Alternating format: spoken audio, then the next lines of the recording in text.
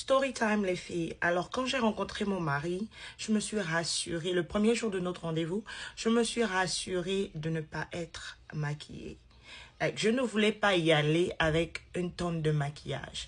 Je voulais en fait que la première fois qu'il me voit, qu'il se rassure, qu'il soit sûr en fait que ouais, je l'aime comme elle est. Et aussi, je voulais être confortable en sa présence. Pas le maquillage, après un moment, tu transpires, ça coule, etc.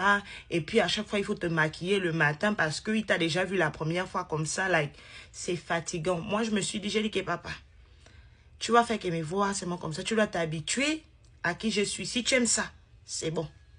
Alors, pourquoi j'appelle ça un témoignage? C'est un témoignage, en fait.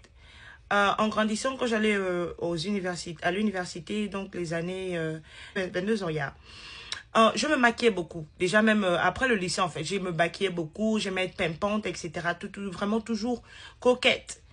Et en fait, ça m'énervait. Pourquoi? Parce que parfois même quand je sortais avec les autres, je ne voulais pas dormir chez les gens. Pourquoi? Parce que le matin, quand je vais me réveiller, tu ne m'as pas vu quand je suis partie me dormir. Quand je suis m'endormir. En fait, le truc, c'est que c'est pas que je suis vilaine ou bien gongon. Non, en fait, c'était un complexe. Parce que j'étais habituée à me maquiller. Donc, je me disais que non, sans maquillage, tu n'es pas belle, en fait. C'était devenu genre, sans maquillage, tu n'es pas belle. Donc, quand je suis arrivée aux États-Unis, j'ai dit que moi, je viens ici, là. Je ne veux plus. Parce qu'en bonne gabonais, je ne connais plus le nom de la phrase. Mais dès que je suis aussi arrivée aussi, je vais vous raconter pourquoi aussi j'ai jeté ça. Restez posé dans le story time. Ce serait un peu long.